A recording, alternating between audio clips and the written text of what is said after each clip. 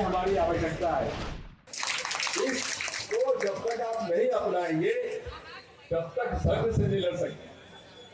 संघ का सबसे प्यारा व्यक्ति कौन है मध्य प्रदेश में? दिग्विजय सिंह, क्योंकि मैं संघ को उनसे ज्यादा जानता हूं और उनके बहकावे में नहीं आता।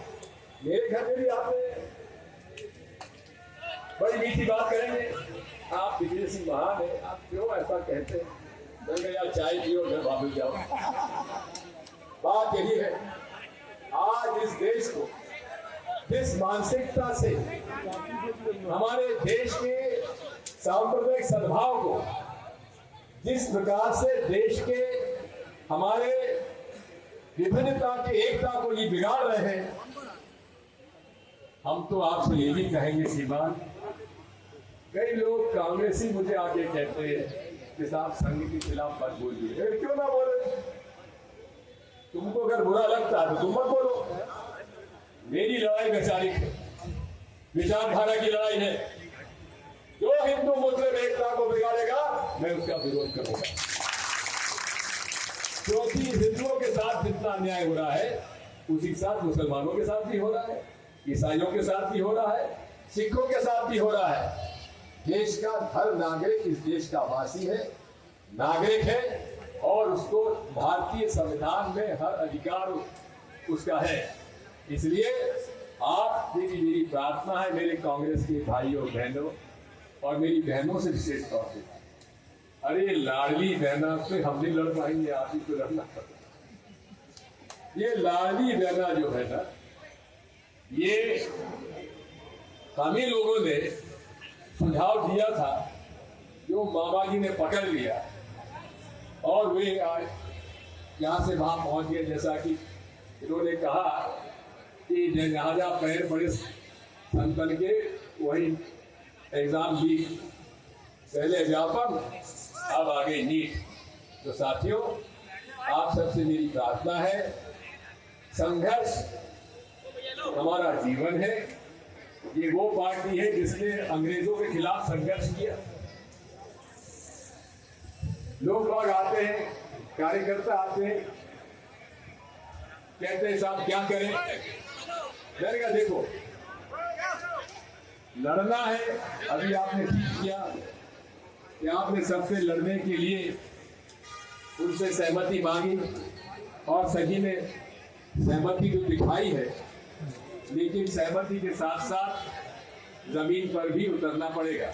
और जमीन पर आपको कोई कानून तोड़ने की आवश्यकता नहीं है, लेकिन माइंड गेम खेलने की जरूरत है।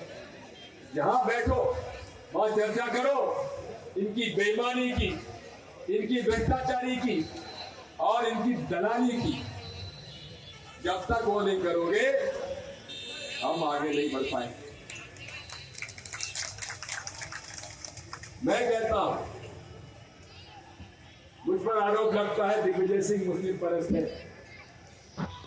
मैं ना हिंदू परस्त हूं ना मुस्लिम परस्त हूं, मैं भारतीय परस्त हूं। हर देश का नागरिक उतना अधिकार है जितना भारतीय संविधान में लिखा है। इसलिए साथियों, नीट की लड़ाई सड़कों पे लड़ने की आवश्यकता नहीं है। उन प्रभावित परिवारों को, इन प्रभावित परिवारों के घर पे जाकर उनसे चर्चा करो, ये हमारी आवश्यकता है। या चिंता मत करो, वो अपना पुराना साथी है, वो आंदोलन प्रदर्शन में हमेशा साथ आता है। मैं ये कह रहा हूं आपसे कि आप तय कर लो, पता लगा लो, बड़ी आसानी से पता लगाया जा सकता है कौन कौन परिवारों के बच्चों ने मध्य प्रदेश के नीट एग्जाम दिया, कौन कौन उसमें सफल हुए। 50% जिन्हें मार्क्स मिले, आप जो उनको 50% से अभी कम मिले उनसे बात करने की अभी फिलहाल जरूरत नहीं, उसे तो कहो कि आप सेकंड राउंड लो। लेकिन इस पर भी हमें चर्चा करने की आवश्यकता है। बहुत सारे मेरे सुझाव हैं, मैं फिर कभी आपको बताऊंगा कैसे इसको रोका जा सकता है, क्योंकि अभी ऑनलाइन एग्जामिनेशन सबसे बड़ा भ्रष्टाचार का ही गड्ढा बना हुआ है।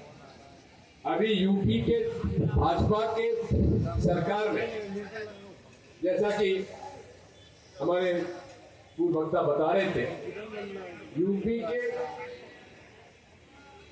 भर्ती में जो एजेंसी लगाई गई वो गुजरात की एजेंसी थी और वहां पर उसके पकड़े गए और वो भाग गया। जम्मू कश्मीर को भी इन्होंने नहीं छोड़ा। अभी सब इंस्पेक्टर 1200 की भर्ती को हुआ, पहले ऑफलाइन हुआ, पेपर लीक हुआ, फिर ऑनलाइन किया, उसके अंदर उस कंपनी को ठेका दिया गया जो कि ब्लैक लिस्टेड थी। मध्य प्रदेश में भी ऑनलाइन जितनी भी कंपनी को ठेका दिया जाता है, अधिकांश मैं तो कहूंगा 100% ब्लैक लिस्टेड कंपनी को दिया जाता है, क्योंकि वो घपला करने में माहिर है।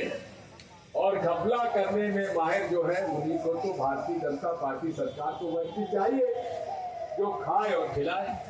यही मेरी आपसे प्रार्थना है। आप सब ने गर्मी इस तरह की और वीडियो देखने के लिए हमारे YouTube चैनल को सब्सक्राइब करें और बेल आइकन को दबाना ना भूलें। यदि आप हमारा वीडियो Facebook पर देख रहे हैं तो पेज को लाइक और फॉलो जरूर करें। हमारे अन्य सोशल मीडिया पेजेस से भी जुड़ें।